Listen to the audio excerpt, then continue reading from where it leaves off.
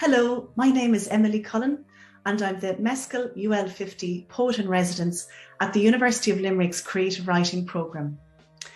Together with students from the MA in Creative Writing, we're delighted to bring you a series of Espresso Shots of Thought, commencing in International Poetry Month, the month of April.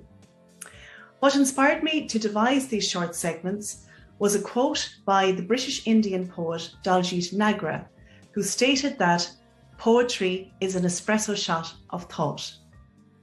So we invite you now to relax and enjoy an insightful jolt of poetry from the University of Limerick. If poetry is an espresso shot of thought, then surely it is the haiku which encapsulates this idea best. Short and powerful, the haiku is a form of poetry which originates in Japan but is written by poets all around the world today. It is generally made up of 3 phrases and 17 on. These are units of sound in Japanese, which are very like syllables in English. These 17 on are broken up into a fixed structure. 5 in the first phrase, 7 in the second, and 5 again in the last. Matsuo Basho, a poet from the Edo period in Japanese history, is known as the master of the haiku. Here is an example of his work. Furu ike ya, kawazu tobikomu, mizu no oto. Basho's poem has been translated by many people over the years. One translation, by Nobuyuki Yuasa, is as follows.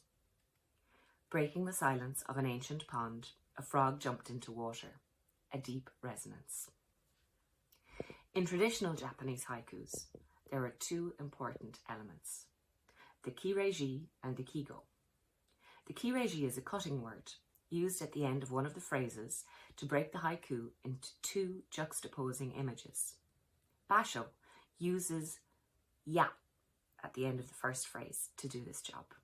There is no direct equivalent in English, so poets writing a haiku in English will often use punctuation in its place. The kigo is a word or phrase that indicates nature and the season. Basho uses kawazu in this poem, which means frog, and often represents spring and new life. Here is another translation of Basho's poem by James Kirkup. Pond, frog, plop. Though it is such a short poem, it is full of meaning and sound and imagery, which is the essence of a haiku, to fit a very big idea into a very small space. Basho has juxtaposed the still and ancient pond with the image of a frog interrupting the quiet, disturbing the peace and waking everything up. The last word, oto, is an example of onomatopoeia in Japanese, like splash or plop. Let's listen once more to Basho's original Japanese. Furu ike ya, kawazu tobikomu, mizo no oto. Here is an English language haiku by American poet Sonia Sanchez. I count the morning stars, the air so sweet I turn, river dark with sound. And here is one I wrote. December slumber, an espresso shot of thought, haiku, wake me up.